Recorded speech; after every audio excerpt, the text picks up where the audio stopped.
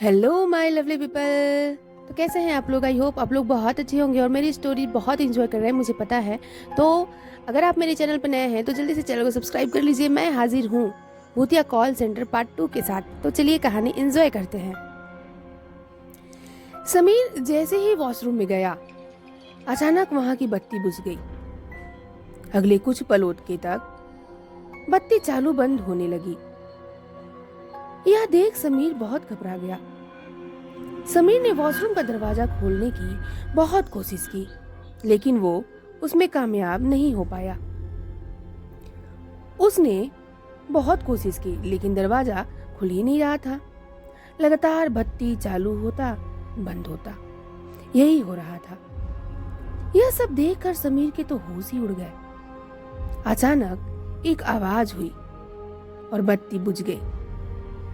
समीर ने ऊपर देखा तो उसकी नजरों के सामने एक सफेद साड़ी पहनी हुई चुड़ैल उल्टी लटकती हुई नजर आई।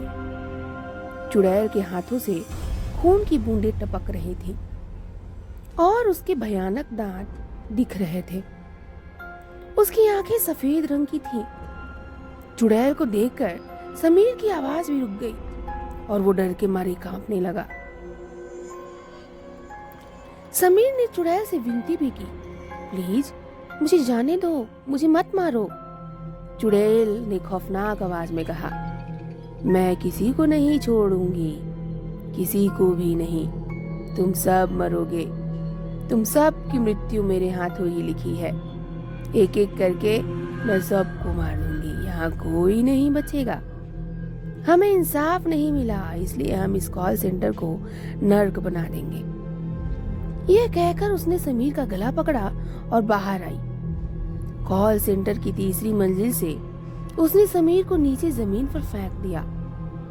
जमीन पर गिरते ही समीर की मौत हो गई। सुबह जब सबने देखा कि समीर की लाश पड़ी है, तब उन्होंने जांच पड़ताल के लिए पुलिस को बुलाया और आखिर में यह निर्णय आया कि समीर ने खुदकुशी करके अपनी जान दे दी। लेकिन कुछ व्यक्तियों को समझ में आ गया था कि यह खुदकुशी नहीं थी, यह कोई बुरी शक्ति का शिकार हुआ था।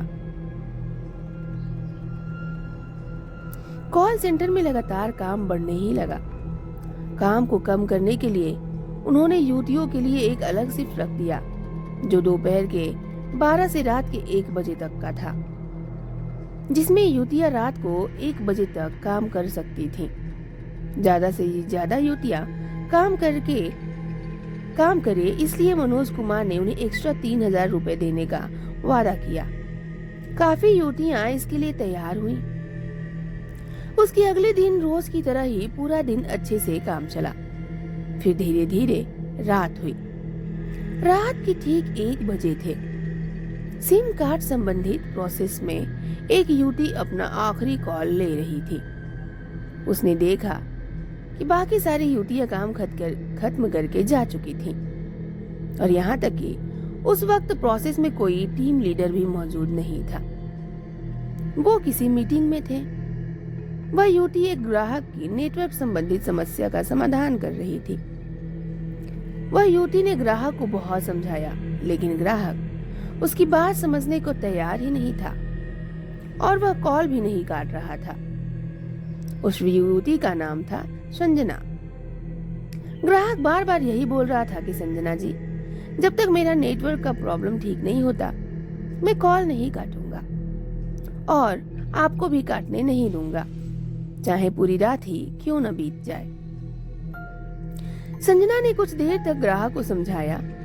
फिर अचानक उसने देखा कि उसका पूरा सिस्टम बंद हो गया। पूरे प्रोसेस की बत्ती ही बुझ गई और चारों तरफ बस अंधेरा ही अंधेरा छा गया। यह देख संजना बहुत डर गई और उसके हाथ पैर कांपने लगे। उसकी सांस फूल गई और धड़कनें तेज हो गई। उसने देखा कि बत्ती हर थोड़ी देर में चालू बंद होने लगी और कुछ समय के बाद पूरी बंद हो गई और फिर से चारों ओर अंधेरा छा गया। डरावनी आवाजें आने लगी, हंसने की आवाजें आने लगी। अचानक उसकी एक कुर्सी हिलती हुई नजर आई और एक हेडसेट हवा में तैरते हुए नजर आया। वह हेडसेट थोड़ी देर इधर उधर जाके संजना के कानों के पास फिट हो गए। संजना ने बहुत कोशिश की उस हेडसेट को निकालने की, लेकिन वो उसके कानों से निकल ही नहीं रहा था। उस हेडसेट से एक ही आवाज आ रही थी, मैं तुझे नहीं छोड़ूंगा। हमें इंसाफ नहीं मिला, इसलिए हम इसको नर्क बना देंगे। यह बोलकर वह भूत उसको घसीट कर ले जाता है और हेडसेट के वायर से उसके गले को बांधकर उसको मारने की कोशिश करने लगता है। थोड़ी देर में वो युवती मर जाती है और भूत उस युवती के पास में पड़ी हुई रस्सी की मदद से पंखे पे उसे लटका देता है। थोड़ी देर बाद प्रोसेस का टीम लीडर आता है। यह घटना देख वह सबको इकट्ठा करता है। पुलिस में शिकायत भी दर्ज की जाती है। आखिर में इसको भी एक पहली घटना की तरह खुदकुशी नाम देकर सब अपना अपना काम करने लगते हैं। तो इस कहानी का आगे का भाग हम नेक्स्ट एपिसोड में सुनेंगे। अगर आप लोगों को मेरी स्टोरीज पसंद आ रही हैं तो चैनल को सब्सक्राइब करना, लाइक करना और वीडियोस को शेयर करना ना भूलिएगा। मैं मिलती हूँ इसके नेक्स्ट पार्ट के साथ। तब तक के लिए बाय बाय, टेक केयर।